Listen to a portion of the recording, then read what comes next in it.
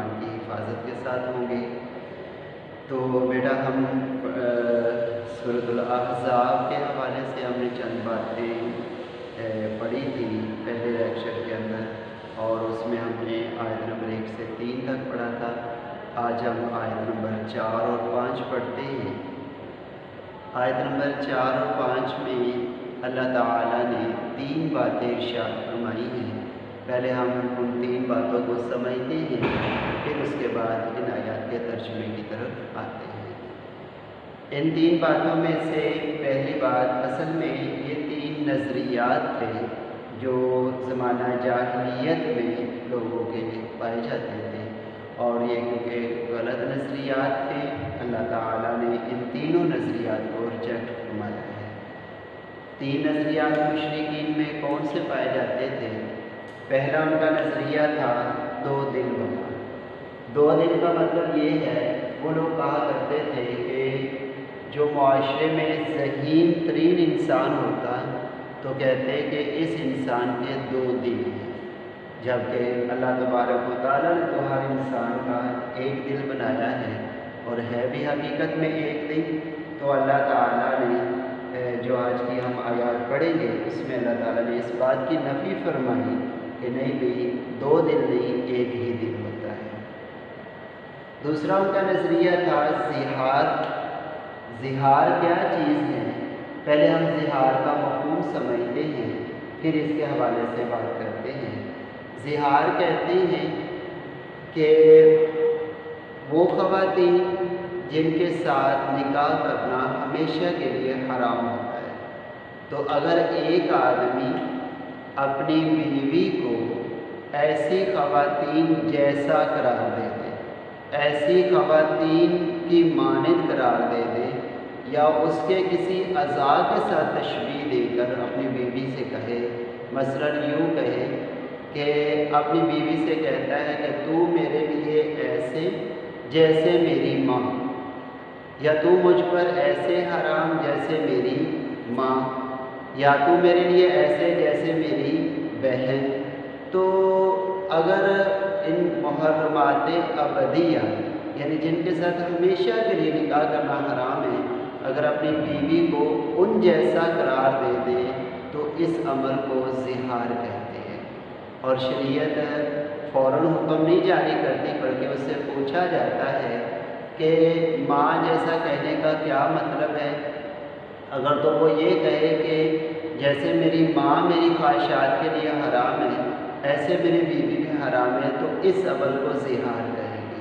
ہاں اگر وہ کہتے ہیں جیسے میری ماں میرے لیے عزت والی ہے، ایسے بیوی بھی عزت والی ہے، جیسے بہن عزت والی ہے ایسے بیوی بھی عزت والی ہے، تو تشبیہ میں نے عزت میں دی ہے، تو اس سے زہار ثابت نہیں ہوگا۔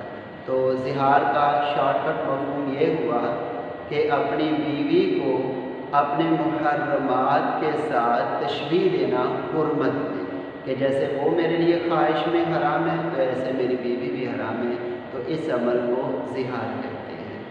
تو زمانہ جاہلیت میں یہ ہوتا تھا کہ جو شخص زہار کرتا یعنی اپنی بیوی کو ماں کہہ لیتا، تو زمانہ جاہلیت میں لوگوں کی عادت تھی کہ وہ اس کو اس کی حقیقی ماں ہی شمار کرتے، یعنی اب بیوی کا رشتہ ختم اور اس کو اس کی حقیقی ماں شمار کرتے۔ لیکن اسلام نے آ کر اس نظریے کو بھی ریجیکٹ کر دیا کہ اللہ تعالیٰ نے فرمایا کہ جن عورتوں سے تم نے زہار کیا، جن کو تم ماں کہہ بیٹھے ہو، تو وہ عورتیں جو ہیں وہ تمہاری مائیں نہیں بن جائیں گی، حقیقی مائیں نہیں بنیں گی، بلکہ 28ویں پارے میں سورۃ مجادلہ کے اندر اللہ تعالیٰ نے پھر اس کا باقاعدہ حکم بھی بیان کیا کہ اگر کوئی اپنی بیوی کو ماں کہہ بیٹھے تو اس عمل کو زہار کہتے ہیں۔ زہار کی اب سزا یہ ہے کہ تم اس پر کفارہ ادا کرو گے، یعنی کفارہ کیا ہے کہ ایک غلام آزاد کرو، یا تم 60 مسکینوں کو کھانا کھلاؤ، یا 2 ماہ کے مسلسل روزے رکھو۔ یہ ہمیں 28ویں پارے میں اللہ تعالیٰ نے اس کی وضاحت کی ہے۔ تو بہرحال وہ کہتے ہیں جو جس کو حقیقی ماں کہہ دیا وہ اس کی حقیقی ماں بن جائے گی، تو بیوی حقیقی ماں نہیں بنتی۔ اس نظریے کو بھی اللہ نے ریجیکٹ فرمایا۔ تیسرا نظریہ جو تھا، جو ہم سورۃ انفال میں بھی پڑھ کر آئے ہیں، کہ منہ بولے بیٹے کو وہ لوگ حقیقی حقیقی بیٹا کہتے تھے، یعنی جو وراثت میں ہر لحاظ سے جو احکام منہ بولے بیٹے کے حقیقی بیٹے کے ہوتے ہیں، وہ لوگ کہتے تھے منہ بولے بیٹے کے احکام بھی وہی ہیں۔ تو اللہ نے فرمایا کہ نہیں، منہ بولا بیٹا وہ حقیقی بیٹا نہیں ہوتا۔ تو یہ تین باتوں کو اللہ تعالیٰ نے آیت نمبر 4 اور آیت نمبر 5 میں اللہ تعالیٰ نے بیان کیا ہے۔ تو اب ہم ترجمے کی طرف آتے ہیں۔ آپ لوگ الدرس الرابع الف آیت نمبر 4 سے آج ہم پڑھیں گے، تو آپ لوگ اپنی بک نکالیں اور میرے ساتھ آپ لوگ دہراؤ گے، ہم اس کو دہرا کر پڑھتے ہیں۔ تو پہلے ہم آیت نمبر 4 کو پڑھتے ہیں، پھر آیت نمبر 5 کی طرف آتے ہیں۔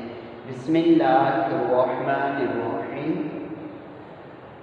ما جعل اللہ لرجل، اللہ نے کسی آدمی کے نہیں بنائے، من قلبین فی جوفہ، پہلو میں 2 دل۔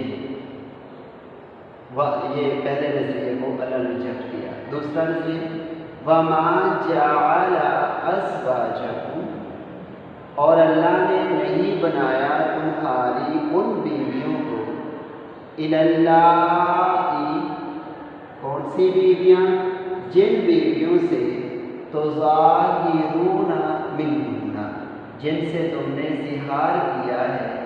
کیا نہیں بنایا اللہ نے؟ امہاتکم، تمہاری مائیں، یعنی ان کو تمہاری حقیقی مائیں نہیں بنایا۔ دوسرے نظریے کو ریجیکٹ کر دیا۔ تیسرا نظریہ وما جعل ادعیاءکم ابناءکم، اور تمہارے منہ بولے بیٹوں کو تمہارا حقیقی بیٹا نہیں بنایا۔ ذالکم قولکم بافواہکم، یہ تمہارے منہ کی باتیں ہیں، یعنی جو یہ نظریات تمہارے یہ ہوا ہے، ان نظریات کی کوئی حقیقت نہیں۔ واللہ یقول الحق، اور اللہ سچ فرماتا ہے۔ وَهُوَ يَهْدِي السَّبِيلَ، اور وہی سیدھا راستہ دکھاتا ہے۔ اللہ سچ فرماتا ہے اور وہی سیدھا راستہ دکھاتا ہے۔ تو ہم آیت نمبر 5 کی طرف آتے ہیں۔ آیت نمبر 5 آپ لوگوں کو کھولے ہوئی ہے۔ بسم اللہ الرحمن الرحیم۔ ادعوہم لآبائہم، تم ان کو ان کے باپوں کے نام سے پکارو۔ ہوا اقسط عند اللہ، یہ اللہ کے ہاں زیادہ درست ہے۔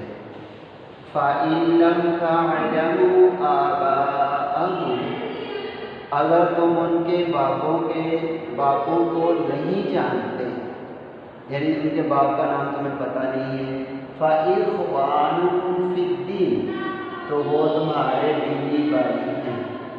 وَمَوَالِيكُمْ، اور تمہارے دوست ہیں۔ فَلَيْسَ عَلَيْكُمْ جُنَاحٌ، اور تم پر کوئی گناہ نہیں، فِيمَا أَخْطَأْتُمْ بِهِ، اس میں جو تم سے غلطی ہوئی، یعنی جو تم پہلے بیٹے کو منہ بولے بیٹے کو حقیقی بیٹا بنا کر بیٹھے تھے، تو جو تم سے یہ غلطی ہوگی اللہ فرماتے ہیں اب تمہیں وہ معاف ہے، لیکن آئندہ کرو گے تو تمہاری اس پر پکڑ ہوگی۔ وَلَٰكِن تَعَمَّدَتْ قُلُوبُكُمْ، اور لیکن وہ جن کا تمہارے دلوں نے ارادہ کیا، یعنی اب تم نے اگر اس حکم کو نہ مانا، منہ بولے بیٹے کو حقیقی بیٹا بنایا، تو اب اللہ کے ہاں تم مجرم ہو گے۔ اگر مجرم بننے کے بعد بھی اللہ سے معافی مانگو کہ اللہ تب بھی معاف کر دے گا۔ اس لیے فرمایا وَكَانَ اللَّهُ غَفُورًا رَحِيمًا، اور اللہ بخشنے والا مہربان ہے۔ تو یہ بیٹا آیت نمبر 4 اور 5 ان کے مفہوم اور مطالب میں نے عرض کر دیے۔ ان آیات کو آپ لوگوں کو اپنے نوٹ بک پر لکھنا ہے اور اس کو یاد بھی کرنا ہے۔ جو بات اس میں سے سمجھ نہ آئے تو وہ آپ لوگوں نے پوچھ لینی ہے۔ السلام علیکم۔